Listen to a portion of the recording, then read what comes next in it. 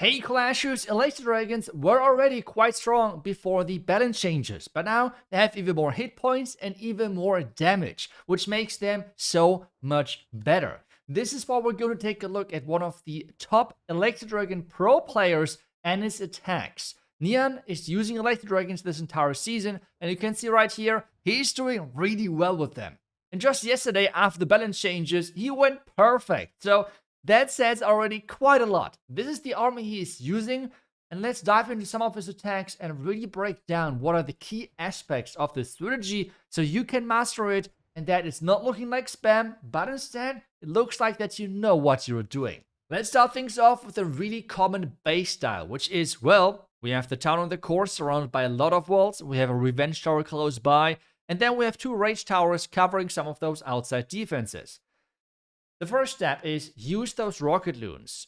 They can be used in many different ways. One thing, create funnel. Another thing, snipe core and like not core but key defenses, like air defenses for example. Or another option is trigger spell towers. In this one, he's doing both at the same time. Sniping the air defense and at the same time as well triggering a rage and even the tornado trap, which is obviously a nice bonus.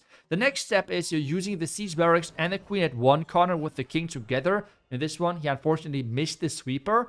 Then the next step is to have Electro Dragons right next to it, and then another group of Electro Dragons on the other corner to kind of push the remaining Electro Dragons further into the middle. This is kind of how every single attack is going to be structured.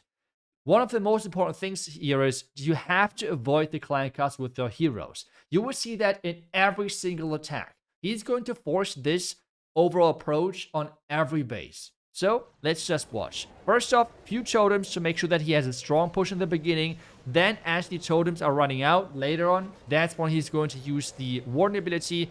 Having a lot of black mines early because this entry was predicted. So he's using a lot of those Electro Dragons early on. Now the tome ability for the core. At this point, a lot of dragons already were lost. But this strategy is based on two triple win conditions. Let's call it that way. Which is like 3 things on how you can get those 3 stars. The first thing is your Electro Dragons are just pushing through the entire core because the base is so compact and just crushing everything.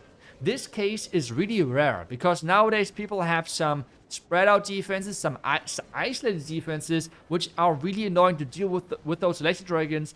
And the key thing here is, and this is now where we're getting to the second 3-star condition, is your heroes. Your heroes typically surrounding the entire base because you have siege barracks, king, and queen. That's a really strong push.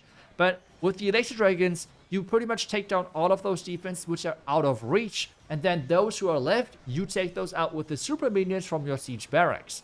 And this is the entire concept behind this strategy.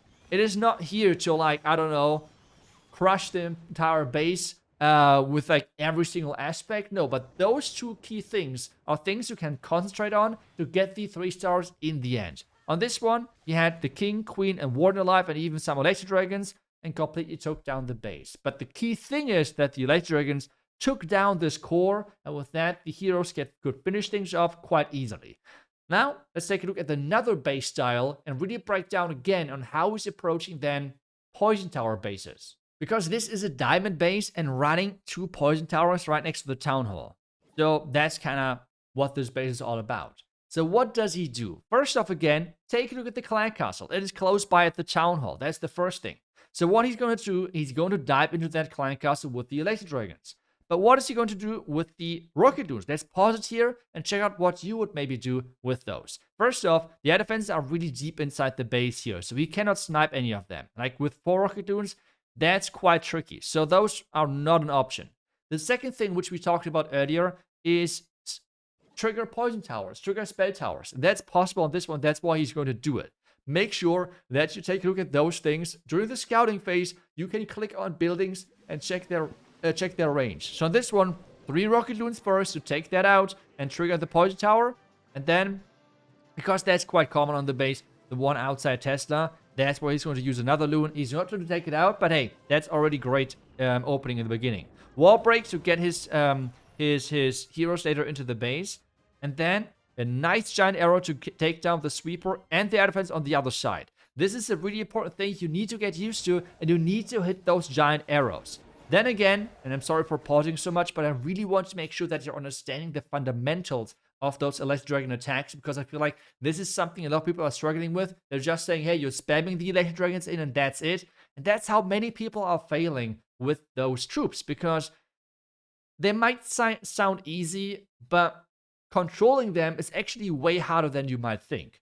So on this one, again, we have the one Electro Dragon on the outside, on the top side. Then we have two Electro Dragons here, forcing the main group of Electro Dragons to stay inside that tunnel compartment.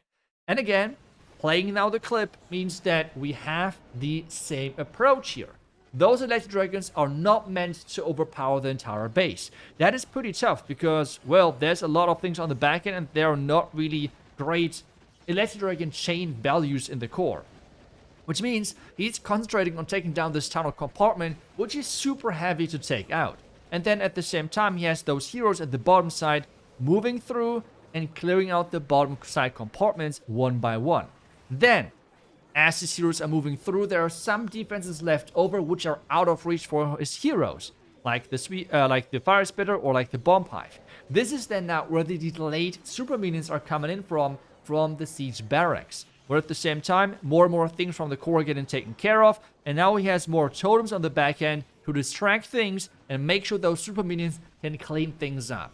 And this is, as I said earlier, the second 3-star condition for you in what you can play into to really crush those bases. Use the Electro Dragons as like a big dive to take down the heavy hitting defenses which are out of reach for your heroes, and then you can have those heroes finishing things up on the back end. On this one, he even is able to swag the king ability because he has a couple of E-Dragons alive, but as well as the super minions, which can clean things up really, really nicely. So another 3-star, and at this point I hope that people are slowly understanding what the overall concept is with this approach and with the Electro Dragon attack. So let's just make sure and hammer this overall approach in for everyone who wants to learn this. Let's take a look at a couple of more bases. And we're going back to the classic style of tower in the middle and every wall surrounding it, kind of. Well, again, the first thing we have to take a look at is what? Exactly, that's the clan castle. Clan castle positioning being at this bottom side means at this point already, we know that the heroes are going to be either on the left or top side compartment, or like flank, because they're not really any compartments. The next thing means that we're going into the right tower here with our Electro Dragons, because that is the clan castle side. Then he's going in from the right side, I guess maybe right-handed, who knows. But then we have a few Electro Dragons to funnel the corner, a totem, and even a rage to make sure that that funnel is set up. Then again, we have the giant arrow going through, sniping some defenses. We have the wall break already happening. The king is in, siege barrack is already in as well. And then we have the Electro Dragons now pushing into the core, making that push work. At this point now, what are you concentrating on? You're trying to concentrate on, as I said earlier, depending on how your push go, either on the Electro Dragons or, for example, on your heroes with those totems. He's using some totems on the left, but mostly for the Electro Dragons right now, because he has to push through that area of the base. The heroes are not under too much damage, which means he has to get those Electro Dragons through, otherwise he might be in a lot of trouble. Using now the minion points ability to save a lot of damage on his Electro Dragons on the back end because of the Rage Tower.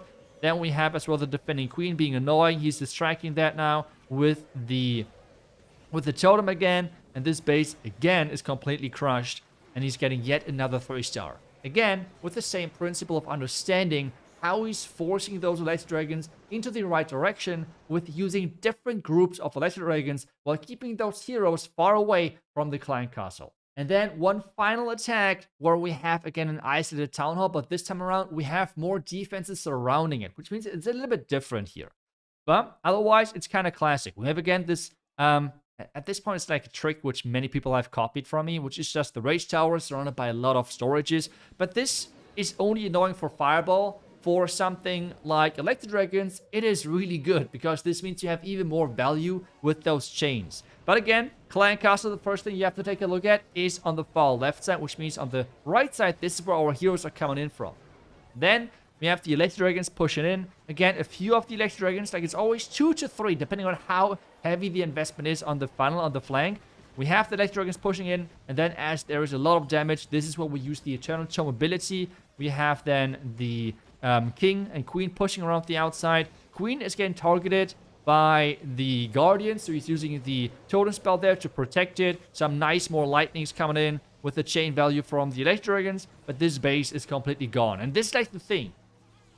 Many people are not really having the option of spreading things out too much because you have already a lot of dead space with creating those dead zones around the town hall, and this makes sure that the surrounding area of the base is always quite compact and you get those Electro Dragon chains in pretty much always, and this makes them so powerful. On this attack, pretty much every single thing worked in his favor, which means he has a totem left over, he has plenty of Electro Dragons, he has the King alive, again with the King ability left over, and he just crushes yet another base. So as I said, really, really strong now with the Electro Dragons. The buff, I'm a little bit surprised, especially seeing how Neon performed before the buff with Electro Dragons, but now they're even stronger, and on the first day, right away, he gets the perfect day. That's kind of insane. That's kind of insane, not gonna lie. But a huge thank you, a huge shout out goes to Neon, one of the best esports players with the Electro Dragons, which we have out there. And thank you so much for sharing those attacks that I was able to record them. Really appreciate that. I hope that you have now maybe another option if you do not like the Meteor Golems as much, for example. You have another option now with the Electro Dragons. Feel free to give them a try if you want to. And as always, I will see you guys back tomorrow with the next class video. Until then, see ya and bye-bye.